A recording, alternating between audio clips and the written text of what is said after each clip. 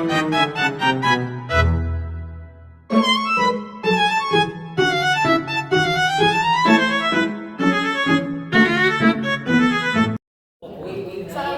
warahmatullahi wabarakatuh. Waalaikumsalam warahmatullahi wabarakatuh. Apa kabar semua? Semoga kalian selalu dalam keadaan sehat dan selalu bahagia. Oke, pada podcast kali ini kita akan membahas tentang model pembelajaran fikih. Dan sekarang di sini sudah ada dua bintang tamu yang akan dijadikan sebagai narasumber. Sebelum kita mulai ke podcastnya, baiknya kita saling kenal dulu nih. Nah, silakan. Siapa dulu yang ingin perkenalan? Saya dulu. Perkenalkan, nama saya Osep Sepulaji dari kelas 3A. Saya berasal dari Pangandaran. Saya Fatima Idris dari kelas 3A juga, dari NTT. Oke. Dan sekarang mengenai model pembelajaran fikih nih. Menurut kalian apa sih model pembelajaran fikih itu?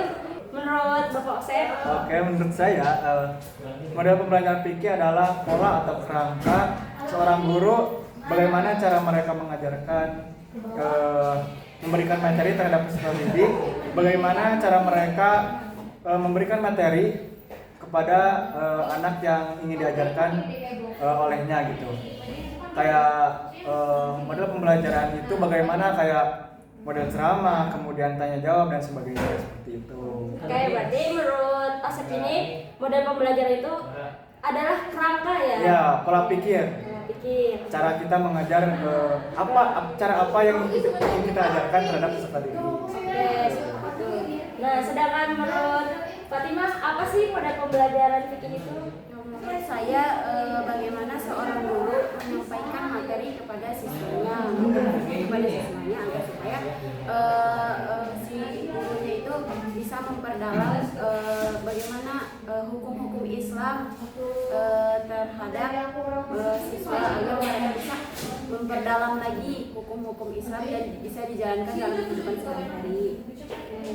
Baik, sekarang dilanjut dengan tujuan apa sih? Menurut kalian apa sih tujuan model pembelajaran dalam mata kuliah fikih itu? Baik, akan didahulukan oleh siapa nih? Yang mau duluan? Saya dulu. Oke, boleh.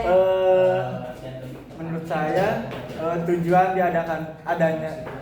adanya model pembelajaran itu supaya guru lebih mudah menyampaikan materi terhadap peserta didik dan peserta didik juga lebih mudah memahami apa yang telah disampaikan oleh guru tersebut. Kayak contoh misalkan menjelaskan tentang bagaimana itu sholat jenazah. Nah, nanti itu guru secara terstruktur menjelaskan tentang sholat jenazah. Kemudian si siswa mendengarkan dan memahami apa yang telah disampaikan oleh guru tersebut.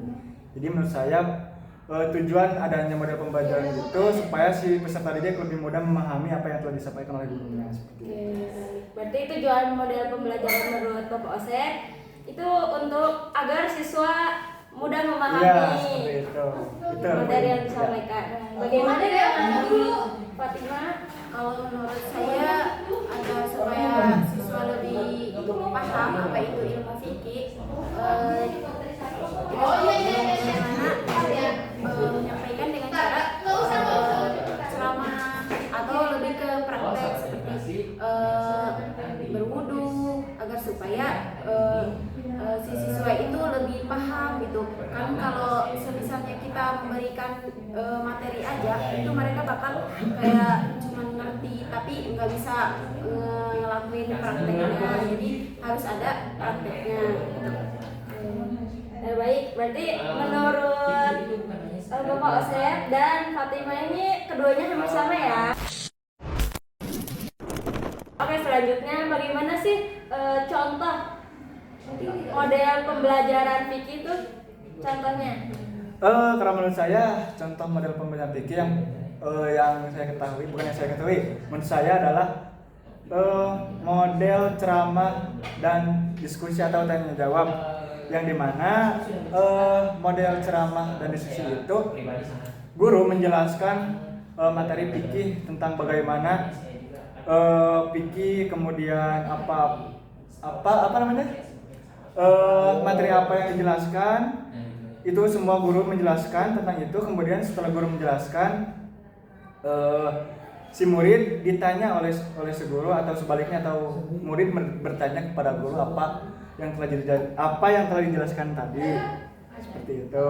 Oke. Bagaimana sih kayak contoh dalam kehidupan nyatanya? Ya, contohnya misal materi tentang puasa yang dimana nanti ketika guru menjelaskan tentang puasa, bagaimana itu puasa, kemudian doanya, dan sebagainya. Nanti ketika masuk bulan Ramadan, karena si anak sudah mendengarkan apa yang telah dijelaskan oleh gurunya tentang puasa di kelas, nah nanti si anak bisa melakukannya ketika pas bulan Ramadan.